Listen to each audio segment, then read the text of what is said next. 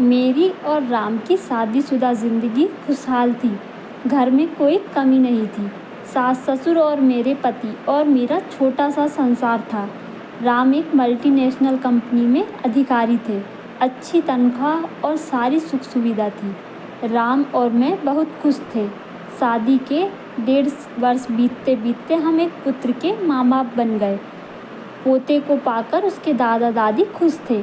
उनका परिवार मुंबई में रहता था। मैं राम और बेटा आर्य के साथ उनकी नौकरी के चलते बेंगलोर में रहती थी। राम हर दूसरे दिन हम दोनों को बाहर घुमाने-फिराने ले जाते। अक्सर हम होटल में ही रात को खाना खाते। सचमुच मुझे दुनिया की सारी खुशियाँ मिल गई थीं।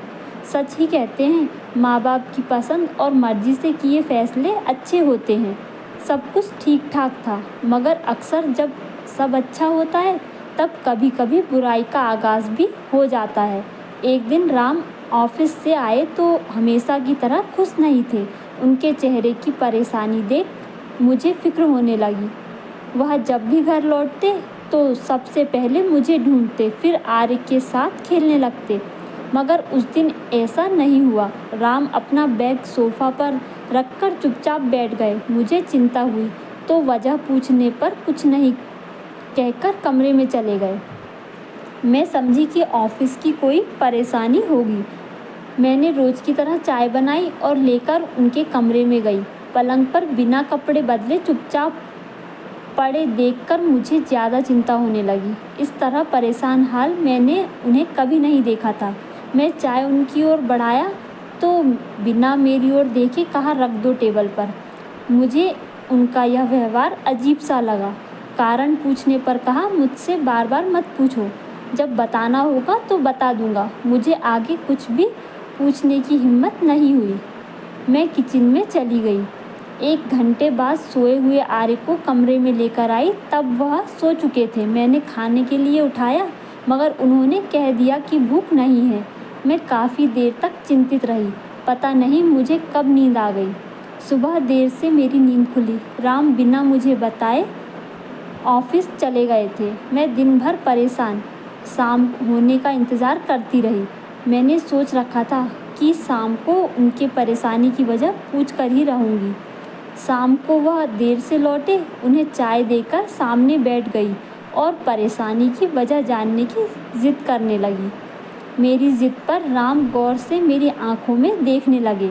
उस दिन उनकी आँखों में देखकर मैं सिहर उठी। इनकी आँखों में इतनी बेचैनी मैंने पहले कभी नहीं देखी थी। बार-बार पूछने पर उन्होंने उल्टा मुझसे सवाल किया, शादी से पहले पवन से तुम्हारा क्या रिश्ता था? यह सुनते ही मेरा सर चकराने लगा। मैंने हाथ-पाँव काँपने लगे। मेरी ज़ुबान बंद हो गई। उनकी घूरती आँखों का सामना करने की मेरे अंदर हिम्मत खत्म हो चुकी थी। मेरी समझ में नहीं आ रहा था कि राम के सवाल का क्या जवाब दूँ। वह लगातार मुझे घूर रहे थे। मैं उतना ही नर्वस हो रही थी। मुझे खामोश देखकर उनके होठों पर एक कुटिल मुस्कान आ गई। उन्होंने कहा, शायद सच बोलने की हिम्मत तुम्हारे अंदर खत्म हो गई है ना? राम मेरे पास से उठे और घर से बाहर निकल गए। मैं पत्थर की तरह सोफे पर जम सी गई। आर्य सो गया था। घर के अंदर का सन्नाटा मुझे और ज़्यादा भयभीत कर रहा था। मैं सोचने लगी कि अचानक अमन की बात पूछने की क्या वजह होगी। शादी के 3 साल बाद आज अचानक अमन का जिक्र हमारे बीच आ जाने से मैं डर गई थी। कहते हैं ना कि हर डर के पीछे कोई ना कोई छुपी वजह ज़रूर होती है। मुझे पहले डर हुआ करता था क्योंकि मेरे मायके के रिश्तेदार और वहाँ के पास पड़ोस के लोग जब भी काम से बेंगलोर आते तो रमन से ऑफ़िस में मिलकर जाते। इसलिए मैं हमेशा चौकस रहती। यह सच है कि शादी से पहले मैं अमन को पसंद करती थी। अमन भी मुझे पसंद करता था। मेरे पड़ोस में रहने वाला अमन एक अच्छा लड़का था। पढ़ाई में अव्वल था।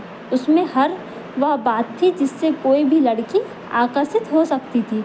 हम दोनों एक दूसरे को पसंद करते थे, मगर हमने अपने दिलों की बात एक दूसरे पर कभी भी जाहिर नहीं किया था।